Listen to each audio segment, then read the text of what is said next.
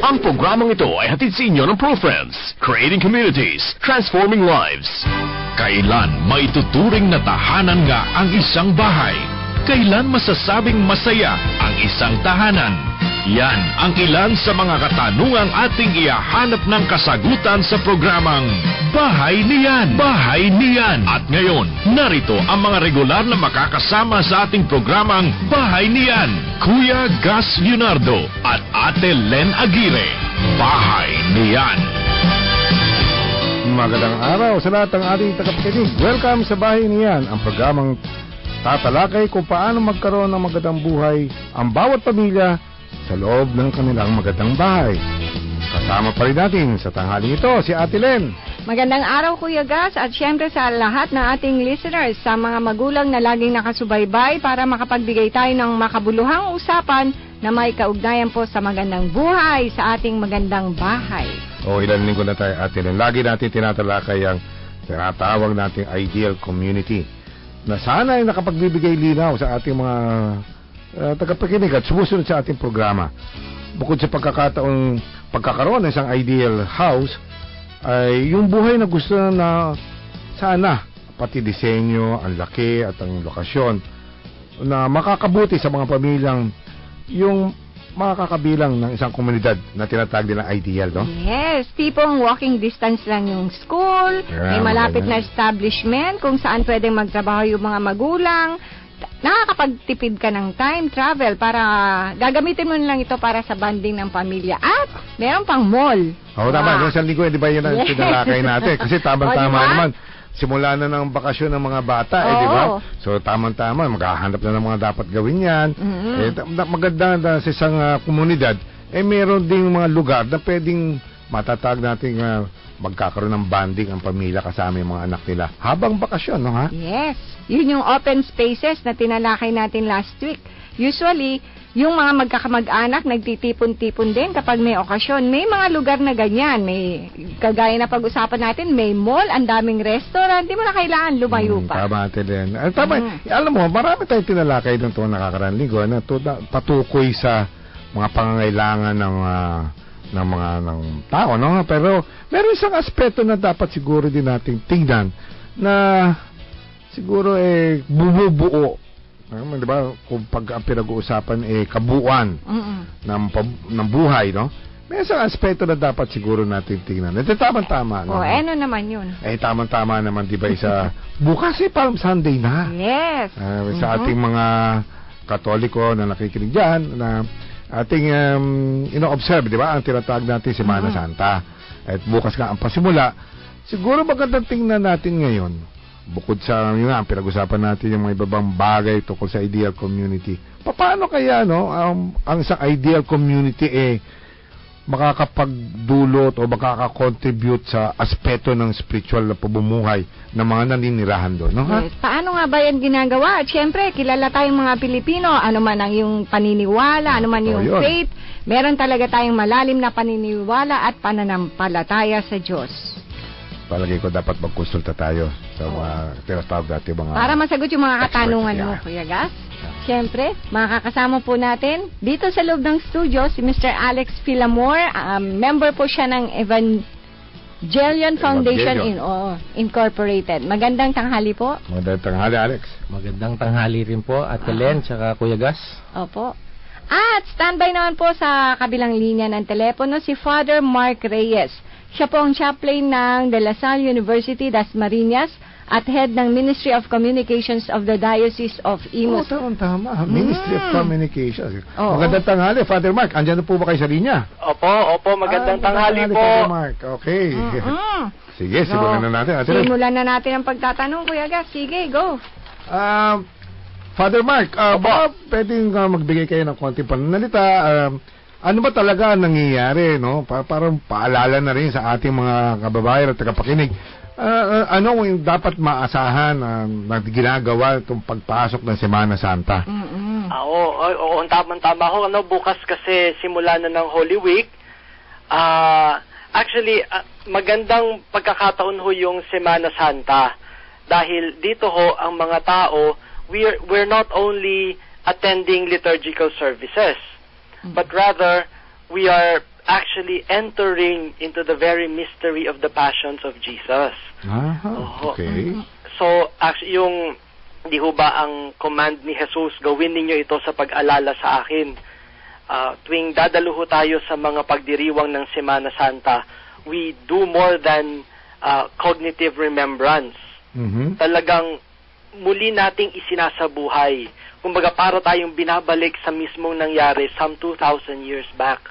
Kaya napakahalaga ho na panahon itong isang linggong ito para sa mga mananampalataya. Father Mark, taon-taon naman pinagdidiwang ito di ba? So Opo. anong masasabi yung significance o importansya na yun nga, bagay na sabi niyo pag-alala, no? Pero para maging isang makahulugan at maging meaningful para sa isang mananampalataya, kahit na taon-taon ginagawa, anong dapat? Kailangan ho kasi kaya din naman ho yan taon-taon talagang ginagawa. Dahil siguro kailangan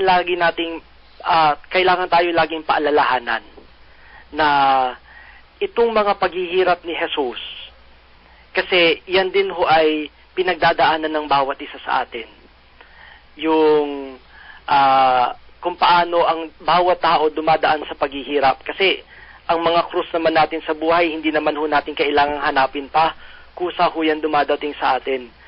And so, we are reminded during this very beautiful season, especially the Holy Week, na yung mga paghihirap, pwede pala yung maging daan ng kaligtasan natin.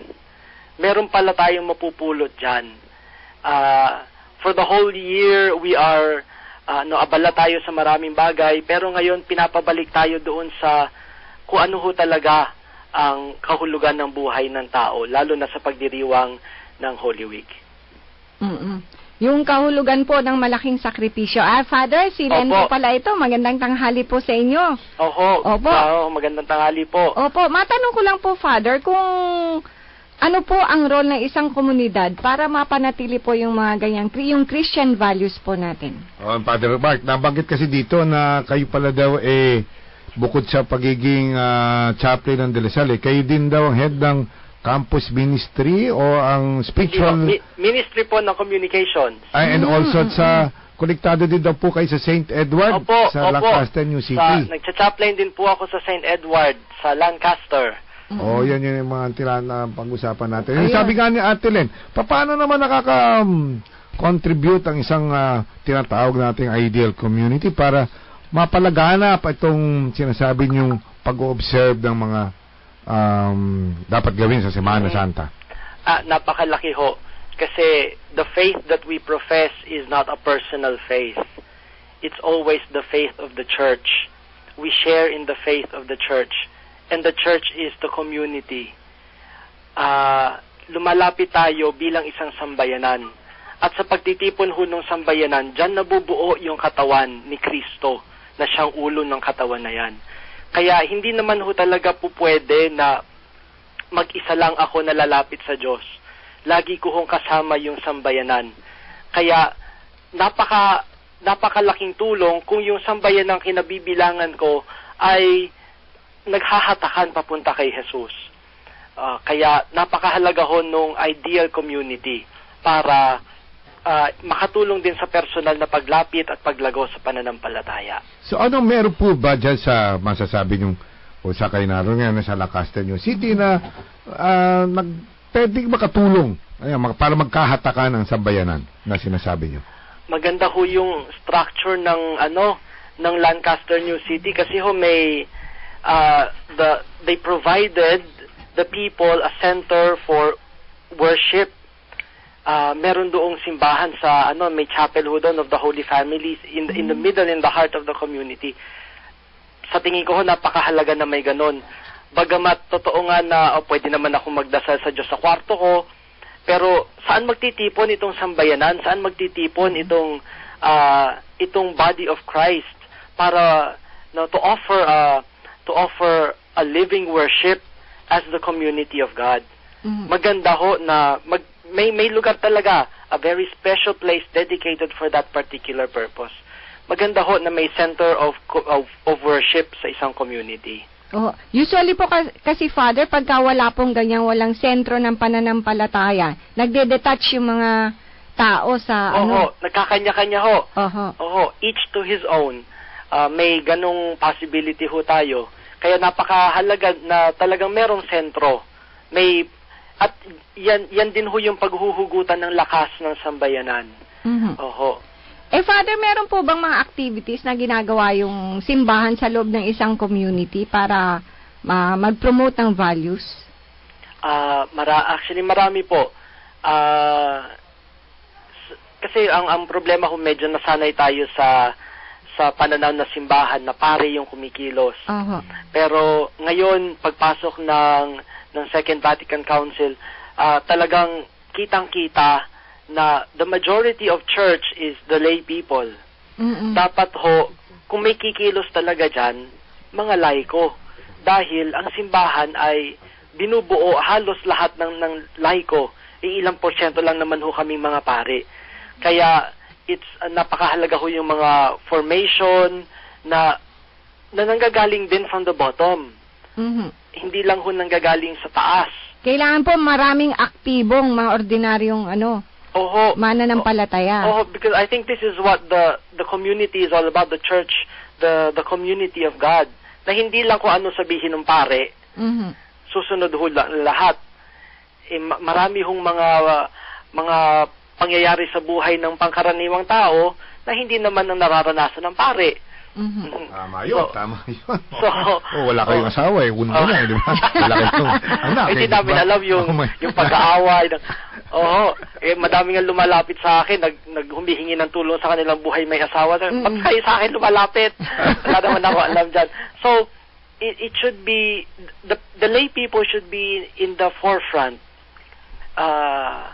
Although, of course, hindi sila magmimisa, hindi sila gagawa ng mga sacraments, but it should be the lay people because they are part and parcel of what it means to be church. Saka usually, alam nila yung nangyayari doon sa community na yun, Father. So, alam lang i-address yung mga problema. Opo.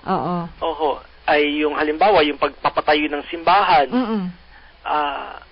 Hindi naman ho namin pinag-aralan sa seminaryo yung engineering, yung architecture.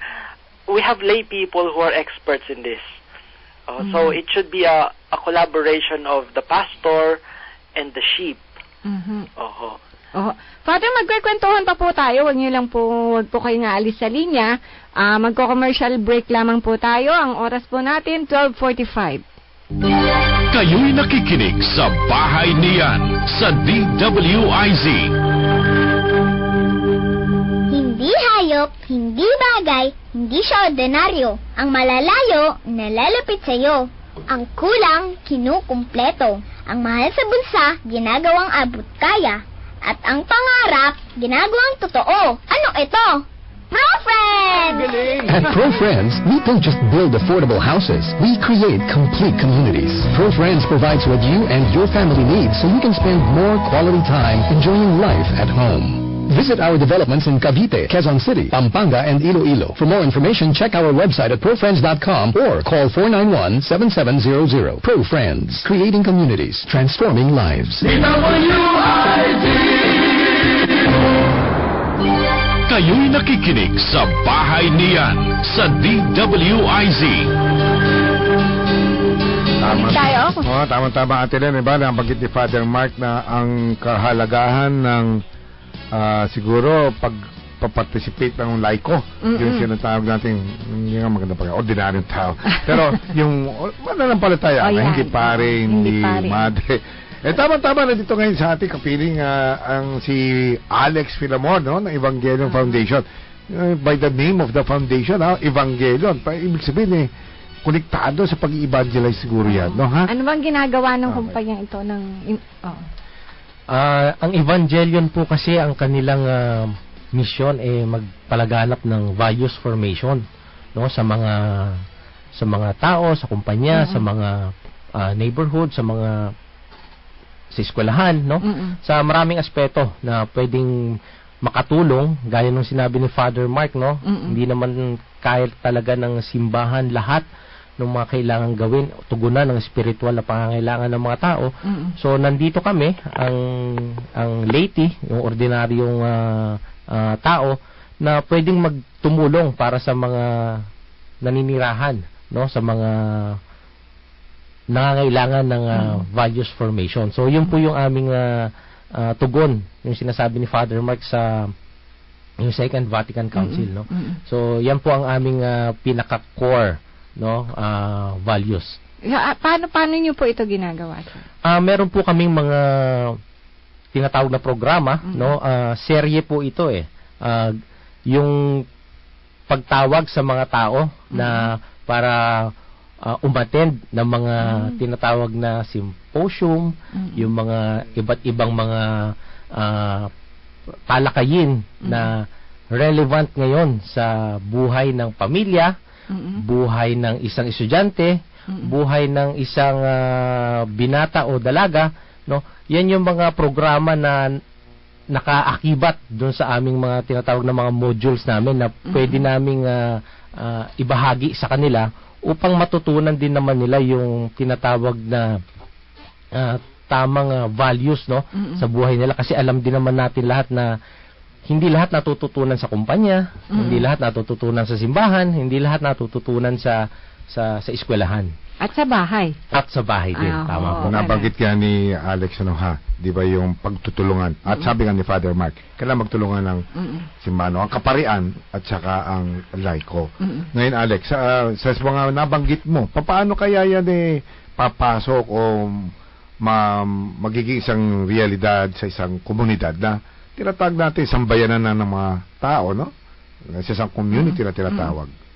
Yung mga bagay na yan, meron kaming tinatawag na yung mga strategic programs like yung evangelization program na pwede naming umpisahan sa mga bagay na malapit sa puso ng mga tao, no, tulad ng halimbawa ang mga anak nila ngayon nalululong sa tinatawag na mga gadgets, no?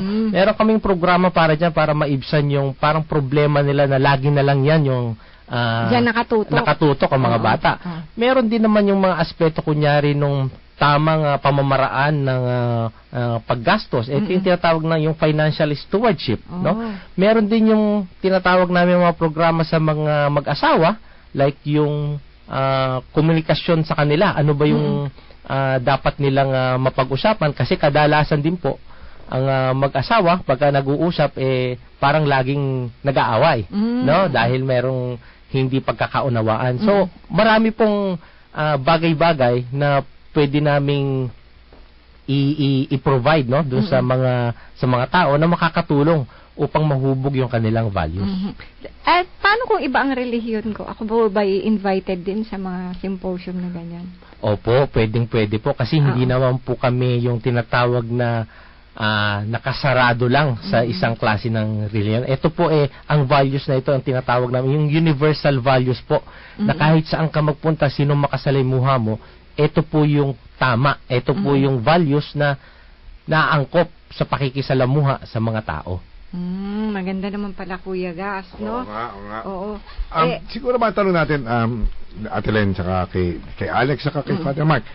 Siyempre, sa isang tinatawag na komunidad, hindi naman lahat yan iisang pananampalataya, di ba? Magkakaiba yan. Magkakaiba. So, paano kaya natin ano ang pwede ng something sa tawag natin na common sa lahat, na pwedeng kahit na ibang pananampalataya, pwede pa rin magkasama-sama sa isang komunidad. Anong pwede nilang pagsalusaluhan na pagsama-samahan? Kay Father Mark ito, tsaka kay Alex, ha? Sige, so, Father Mark, ikaw na lang muna, kaya mauna. Siguro po, actually, the very term Catholic means universal. So, we are, although we have our set of beliefs, our set of rituals, we are meant to be a religion that embraces all. Because this is what Jesus did. No, he not only embraced those who believed in him, but he embraced everyone when he stretched out his hands on the cross. So I think there must be a growing respect for people of other faiths. At siguro yung karanasan ng pagiging Pilipino, anuman ang relihiyon, parang iisa lang ang dugo natin eh. Magkakapatid tayo sa lahi, magkakapatid tayo sa, tsaka kung ano man ang itawag natin sa Diyos, iisang Diyos lang naman yan, at magkakapatid tayo sa iisang pagka-Diyos niya.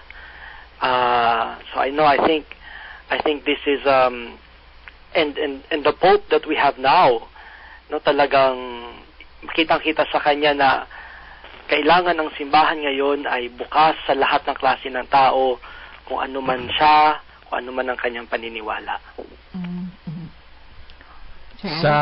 Sa akin naman ang pagsasama ng mga kalipunan o yung tinatawag ng mga sa komunidad, sa mga tao, hindi naman kinakailangan din na iisang relihiyon lang ang dapat magsama-sama. Maganda yung ipinunto ni Father Mark, no, yung universal understandings of the values that we have, no. Ako, naniniwala ako na pag na-i-promote yung ganitong klaseng samahan sa isang komunidad, maganda ang pakikitungo ng bawat isa, regardless of what you are believing, no? Tipong pagka kayo ay naglalakad sa isang kalye, no? Kayo ay may common understanding. Kasi iisa yung pinaniniwalaan, iisa yung alam yung patutunguhan, at iisa yung alam nyo na ito yung values na dapat kong ipakita, yung pakipagkapwa-tao ko. Tama yun. Sabi nga ni Alex, di ba, na sila yung naglilinya ng mga programa, mga serye. O nga naman, pagka ang pinag-usapan naman yung tamang pagpapalaki ng anak, halimbawa, o yung pagkikitungo ng isang magulang sa kanyang anak at ang anak sa magulang, hindi mo naman kailangan isang pananampalataya kasi yan medyo common to all, no? Regardless of sabi nga natin regardless of religion, regardless of paniniwala. Yung mga gantong symposium, sir, gaano kadalas nyo ito ginagawa? Sa isang community, sa St. Edward's halimbawa? Maganda pong tanong yan. Dito po sa St. Edward's saka sa Lancaster City, ang nakikita po namin dito na vision is yung ganitong klaseng pagtitipon mas maganda ang madalas. Ano ba yung madalas? Yung weekly, no? Na tipong sabi ni Father Mike kanina, naalala ko yung nadidetach sila. Kasi di ba kung minsan linggo lang sila makikita-kita, no? Dito sa programa namin may pagkakataong magkita-kita ng on a weekday, no? Kahit isang oras at kalahati, para hindi ka ma-detach sa nagiging buhay mo, no? Either sa trabaho, sa pag-aaral, no?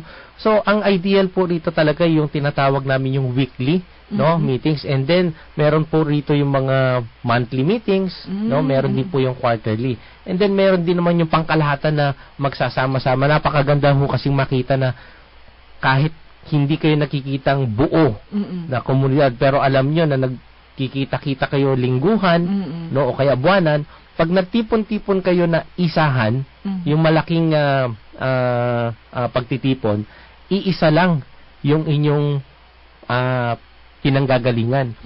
Kasi doon po nagsisimula yung tinatawag na commonality of the belief and the values that you have. Pero itong pagpupulong na to, hindi naman ito kapalit ng lingguhan na ginagawa. Hindi. Magagalit si Father Mark yan, no? Hindi po. Oo. Gaano katagal ba, sa tingin nyo, gaano katagal bago ma-absorb yung tinuturo yung values o ano? Yan po yung tagal po, ang paniniwala ko dito, sa umpisa na naramdaman nila, na ito yung tama na dapat nilang gawin, doon po nagsisimula yung tinatawag na conversion nila. Ngayon, siguro matatanong nyo, hanggang kailan? No? Naalala ko po dati yung isang grupo na sinalihan ko nung ako'y kolehiyo, meron ho kaming motto, yung tinatawag na kay Kristo, buong buhay, habang buhay. So, pag naramdaman na po ng isang tao, na ito po yung tama, na-convert na po siya, ito po ay panghabang buhay na po. Wala na pong expiration, kumbaga. Yung kanilang pinaniniwalaan yung kanilang tamang values na natutunan, tuloy-tuloy na po ito. Yung mga dumadalo po ba dyan, mga magulang lang o meron ding mga kabataan? Maganda pong tanong yan. Ito pong ganitong programa namin, ang tawag po namin dito yung transgeneration. So, hindi lang po para sa mga magulang, kasamang mga anak, hindi lang po sa mag-asawa. Meron din po sa mga binata at dalaga, at meron din po mga programa na pwedeng i-address yung mga tinatawag namin mga senior citizens. Kompleto. Opo, kailangan po yun. Full sector. Oo. Which is yung sinasabi nga ni Father Mark, yun ang kabuuan ng pamayanan. Kailangan buo-buo, kompleto. Hindi naman pwedeng exclusive. It has to be inclusive, sabi niya. Kuya Gas, bigyan natin sila ng pagkakataon. Si Father, kung meron po kayong mensahe sa ating mga tagapakinig, lalo na po, ayan, Holy Week na po. Opo. Sana gamitin natin tong mga araw na ito na ibinibigay sa atin ng simbahan na talagang pagnilayan at makapasok ulit doon sa misteryo ng pagpapakasakit ng Panginoon. Although bakasyon,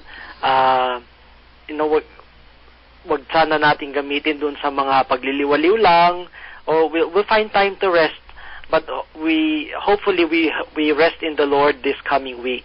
Sayang naman, at sana mapalalim pa nito yung ating pananampalataya, ugnayan sa Diyos at ugnayan sa isa't isa.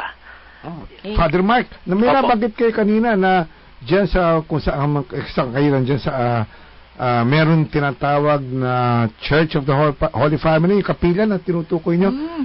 Ibig po ba sabihin magkakaroon din dyan ng mga service para doon sa mga naninirahan dyan sa Lancaster, New City? Ang alam ko po ay doon sa parish na nakakasakop. Opo. So hindi pa ho na de-declare, na hopefully in the near future ma-declare itong ating chapel into a parish. Pero sa ngayon parang I'm not pretty sure, no, pero ang alam ko ho ay doon muna gaganapin sa main parish ang ating activities. Si Alex. Ako naman po, simple lang yung maibabahagi ko. Lagi po nating nakikita ito sa mga ads. Sinasabi nila na the family that prays together stays together. Bagay na bagay po ito doon sa isang komunidad na lalong-lalo na yung mga taong naninirahan doon na pamilya, na maging sentro talaga yung pananampalataya nila, na hindi lang isa o dalawa o yung mag-asawa, but pati yung buong pamilya nila, kasama na rin ang mga kasambahay na nandun. So, yun lang po ang mensaheng maibigay. Tsaka napakaganda na may isang grupo na katulad niyo, sir, kasi ang daming, kagaya na banggit mo kanina, ang daming naluloko sa gadgets. Hindi lang sa gadgets pwedeng may pumasok dyan na yung mga sa droga, teenage pregnancies, diba? Malaking tulong po yung merong gabay, may guide. Opo, na lingguhan tumututok sa kanila. Tama po. Parang yung sinabi ni Father Mark, yung hindi sila ma-detach, na merong nagpapaalala sa kanila na ito yung tama na dapat gawin ng isang tao. Ayan, Kuya Okay, Gas. tama-tama. Ubus na naman nating oras at Flynn. Sa susunod Sabado, Black Saturday, tayo naman siguro gaya ng take out natin yung suggestion ni Father Mark at Alex. Tayo mamamay nga magdinilay-nilay at ating siguro pagdaanan din ng Semana Santa. No, Oo, saan ka ba magbabakasyon, Kuya Hindi Gas? ko, kahit sabi pahinga, pero still we observe and follow the advice of Father Mark, ha?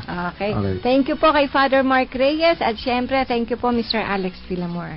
Yan. So, hanggang sa susunod na Sabado po, sa ganito Hindi pa rin sa susunod, oras. Sa isang Sabado, after Holy Week. Ayan, gantong oras pa rin po, alas 12:30 hanggang 1:00 ng tanghali. Samahan nyo kami sa programang nagbibigay sa inyo ng makabuluhang talakayan sa pagkakaroon ng isang masayang tahanan. Ako po si Len Aguirre. Ito po ang bahay niyan. Ako po ay si Gas Leonardo na nag-iiwan sa inyo ng magandang buhay sa magandang bahay. Magandang tanghali po. It's Inyong Pro Friends, creating communities, transforming lives.